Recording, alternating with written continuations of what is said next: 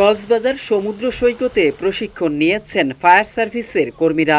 18 মে থেকে শুরু হওয়া এই প্রশিক্ষণ শেষ হয় আজ। কক্সবাজার ফায়ার সার্ভিস ও সিভিল ডিফেন্সের উপসহকারী পরিচালক জানান, বন্যা, জলোচ্ছ্বাস ও ঘূর্ণিঝড় কবলিত ভিকটিমদের উদ্ধারে ফায়ার সার্ভিসের 4 দিন ব্যাপী প্রশিক্ষণ কার্যক্রম সম্পন্ন হয়েছে।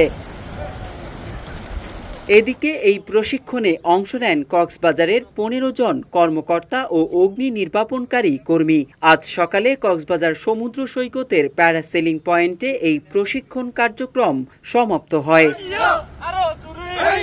কক্সবাজার ফায়ার সার্ভিস ও সিভিল ডিফেন্সের উপসহকারী পরিচালক তানহারুল ইসলাম গণমাধ্যমকে জানান, আমেরিকান এম্বাসির সহযোগিতায় দেশটির সেনা ও বিমান বাহিনী বাংলাদেশে ফায়ার সার্ভিসের কর্মকর্তা ও কর্মচারীদের প্রশিক্ষণ দেন। ইউএস এম্বাসি এর অ্যারেঞ্জমেন্টে সেখানে ইউএস আর্মি এবং এয়ারফোর্স ছিল, তারা আমাদেরকে সুইফট ওয়াটার ট্রেনিং, এটা 4 দিন ব্যাপী 18 থেকে 21 তারিখ পর্যন্ত তারা বিভিন্ন ধরনের কৌশল আমাদেরকে শিখিয়েছে। যদি কখনো কোনো বড় ধরনের সাইক্লোন বা বন্যা হয়ে যায়, সেখানে আমরা খুব দ্রুত কিভাবে ভিকটিমকে উদ্ধার করতে পারি, তারা অত্যন্ত দক্ষ ছিল এবং সে তাদের যে স্কিলগুলো যে আমাদেরকে শিখিয়েছে, আমরা যে কোনো দুর্যোগে সেই স্কিলগুলো ব্যবহার করতে পারবো। যমুনা ইলেকট্রনিক্স ঈদে ডাবল খুশি অফার সিজন 3, যে কোনো পণ্য কিনলেই পাচ্ছেন নিশ্চিত ঈদ উপহার। জানা গেছে, বন্যা ও ঘূর্ণিঝড়ের মতো পরিস্থিতিতে আটকে পড়া মানুষদের উদ্ধার, পানিতে ভেসে যাওয়াদের উদ্ধার সহ নানা বিষয়ে প্রশিক্ষণ লাভ করেন ফায়ার সার্ভিসের সদস্যরা।